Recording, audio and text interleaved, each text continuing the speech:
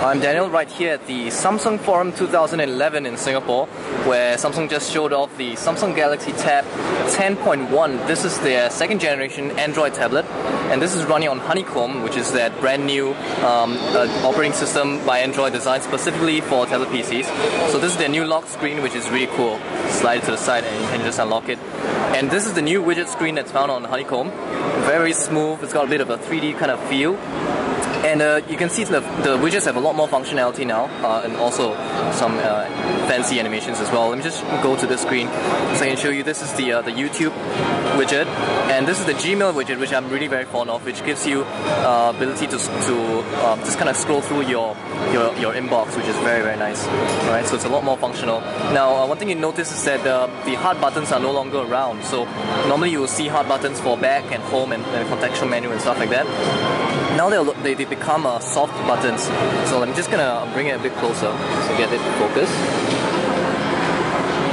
Right, so you can see right here, this is the new back button, okay, and so it's a soft button right now, and this is the new home button, which brings you back to this screen, and this is the new button that you use to switch between multiple applications. So we hit like say CNN right here.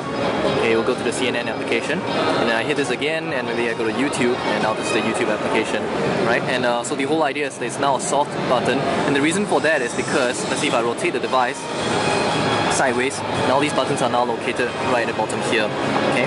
Now on the other end, you have the new notification panel, which, by the way, in case you haven't noticed, the entire bar is now moved to the bottom instead of on the top here. So you got the usual stuff, the clock and things like that. But if you tap on this, you can bring up a lot more other panels, including a quick switch to airplane mode, Wi-Fi, a lock screen, even Wi-Fi, and a quick shortcut to the settings screen, which, by the way, looks very familiar to a particular other tablet that we are quite familiar with.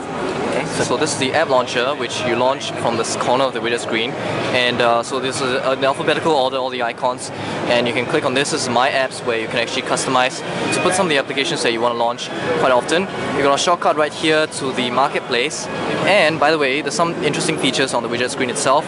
On the corner right here, you have the Google button, which allows you to do search, and also the other thing that you might notice is this little microphone here, which allows you to do voice activation stuff. And this is the Honeycomb web browser, and it looks a lot like the Google Chrome browser on your desktop. It's got supports tabs, so right here you got a Super Adrian.me website. If you click on this tab, you got a tech65.org website, which, by the way, if you notice, it switched to the mobile website because the browser itself is still kind of identifying itself as a Android browser. So yeah, just opening a new tab is as simple as this, and you can kind of just rearrange it. And there is a pinch to zoom. It won't happen on this one because it's on the mobile side. So over here you can see this pinch to zooming, and it's quite smooth. And the camera application, which obviously looks pretty awesome on a 10-inch display.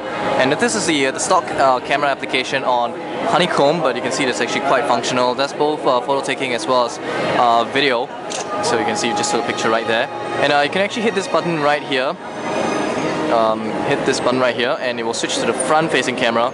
Hello! Oh, sorry, I mean hello! Yeah, and it does video as well. And why don't I show you the new keyboard? Oops. Alright, so this is the new keyboard, really, really huge. And let's try it. Alright, really quick. I forgot how to spell quick. Round. Box. So it's actually not too bad. It's a very nice keyboard. Of course, you can always just rotate it, and then you get a smaller keyboard right here if you want. Okay. Now let's talk about the Galaxy Tab itself. The Galaxy Tab itself is it's got a front-facing camera right here. This is a 2.0 megapixel camera. Now you notice that the camera is here and not here as you normally actually expect it. Alright. So and then right up here you have the volume controls. There's very nice bezel. It's a very nice silverish kind of bezel. Okay, you got a microphone right here. You have the left speakers, 3.5mm headphone jack. The power switch is right here. Okay, on the other end you have the SIM card slot as well as another speaker. And the back looks really beautiful. Right, you got an 8.0 megapixel camera. You got a very nice Samsung logo, LED flash, a very nice texture. You got these little things that feels like grips that makes it very comfortable to hold onto. And yeah, I think the battery does not look like it's replaceable, just like the original Samsung Galaxy Tab. Okay, you got a proprietary connector at the bottom for data. And yeah, this is the Samsung Galaxy Tab 10.1.